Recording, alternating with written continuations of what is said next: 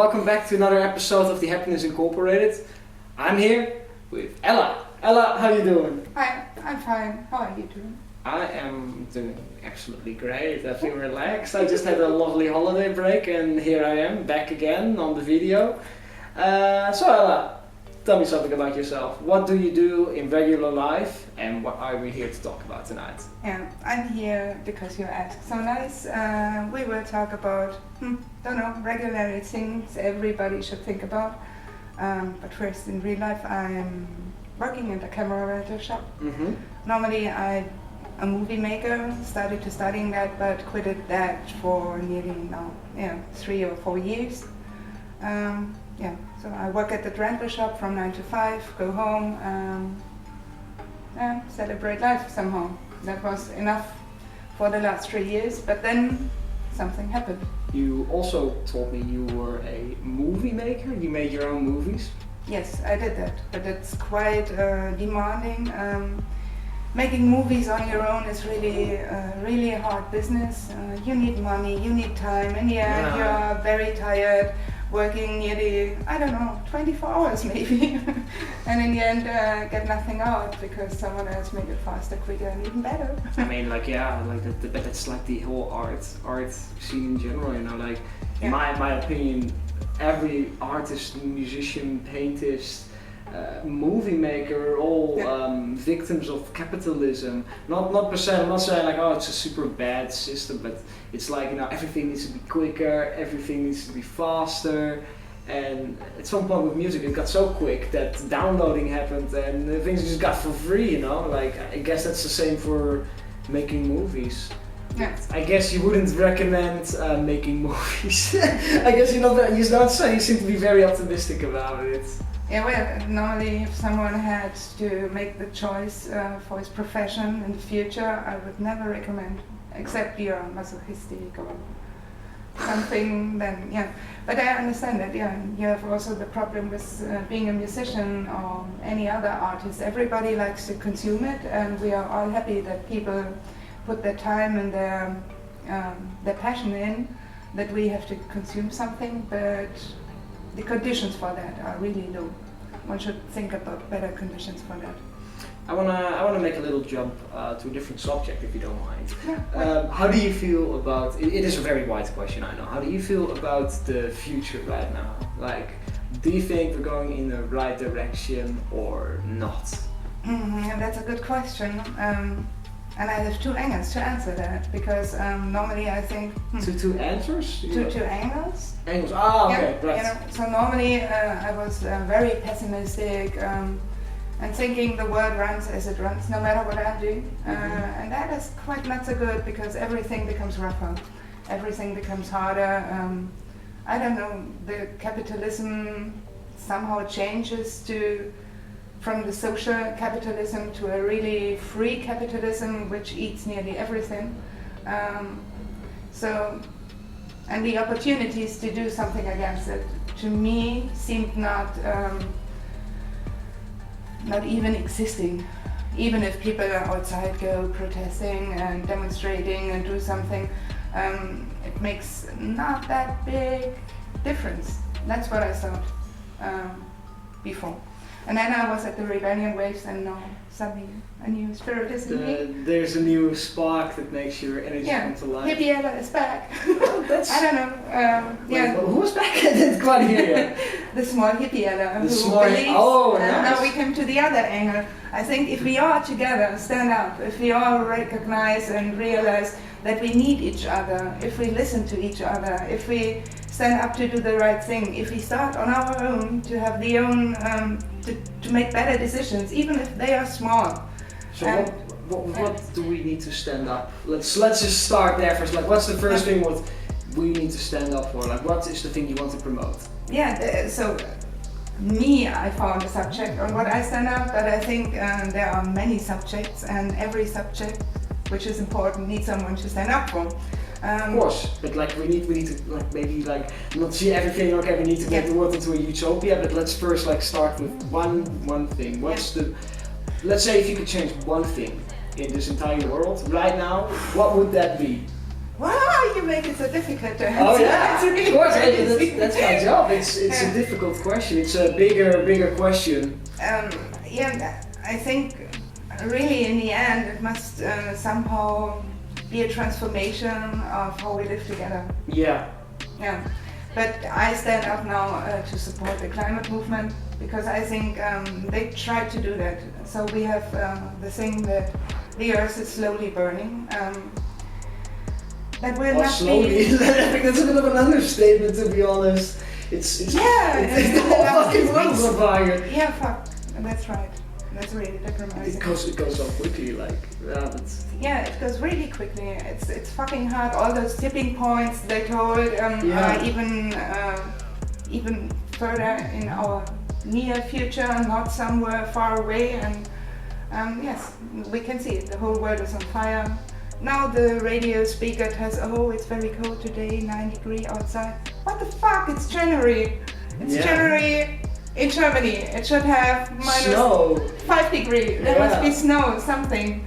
And it is not, so the planet burns. Yeah, I think that's a very good tipping point, you know, like I think it's, like for example the not seeing of snow, you know, like it gives us a very nice positive mood because of how it is presented to us, you know, with the whole Christmas kind of area.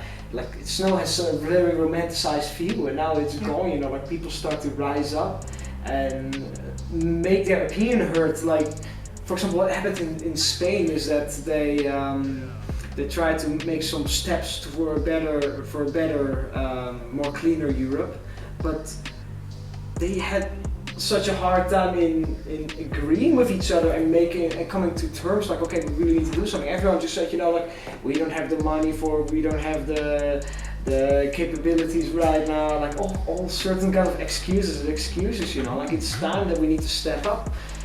And but like I can understand as well, like you as an activist, it can be very hard as well to see like that there are a lot of people that would not go to protest, would not see the way you see the world, that there is something wrong because there is something wrong. Like how does that make you feel? Yeah, so it's somehow difficult. I understand the people who are somehow, they say disillusionated, is that the right English word? Because I have the illusion that we can change the world to a better place. I can understand it if you look to the individual, because you have a lot of work to do. You have to go to your studies or pay for your studies you've done. Sometimes you have to try to make out a living. You have to care for your children, for your family. You need to have a flat, and that keeps you all in that cycle, always running like a, what is that? Like a machine?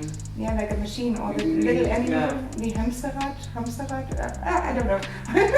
Like a running wheel for the hamster. I mean, is it called hamster in English? Yeah. Okay. So, and therefore I understand it. Everybody is running and I try not to go under. We should mean like the point is like we should have some time as well. In general, that we should just stop and think like, okay, you know what, there's something wrong with this, with the temperature going up, you know, like there are places now that are on fire, like in Australia, like the size of West Europe over there is just basically has been set on fire, you know, like we need to start moving and I guess put that into our daily lives.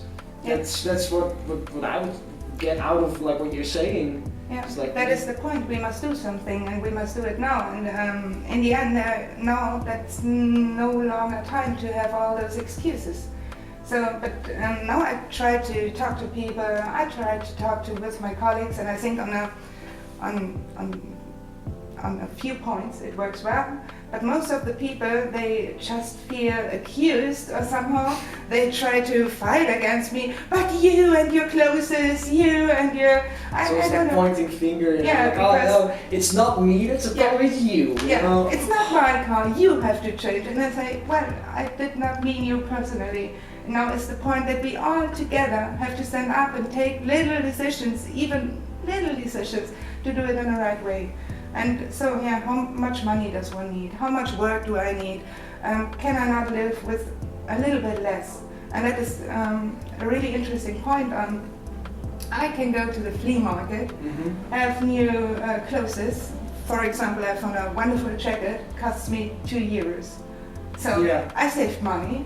I was somehow ecological aware, because there's not more rubbish now produced only to have a jacket, and even I do not must work so much because I only spend €2. So I can have maybe 10 hours off. And all those little things, all those little decisions can make an even better life. So it's better. So I was with some organizations, they cook together, so it's vegan, it's very delicious because they can cook very well. I was surprised. We eat all together.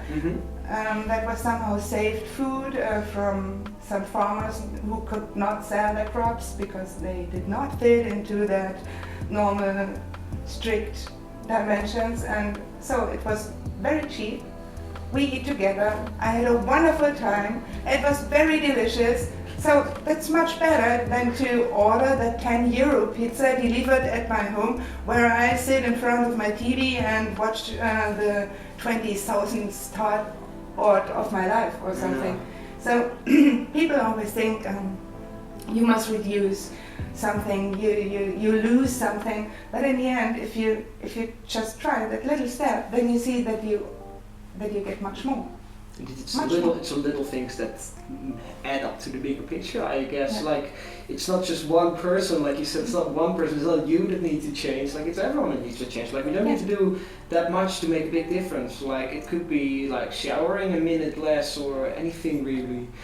We have to bring this podcast to a conclusion, so is there one thing you would like to tell the audience, give some advice or share a quote, anything really? So, then I come back to that question, how is it to talk to people? I think the worst thing is the shaming and blaming thing. So you get the best result out of if you go to people with a certain amount of, what is the English word? You are that way, me, I'm the other way, but together we can just share time. Yes. So if we listen to each other, if we somehow understand that someone feels accused and respond to that and not go into that fighting, then we somehow can enlighten ourselves and each other, and maybe we can grow together, and together we make a better world. That's a beautiful message.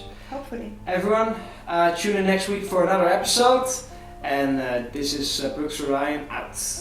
Bye bye!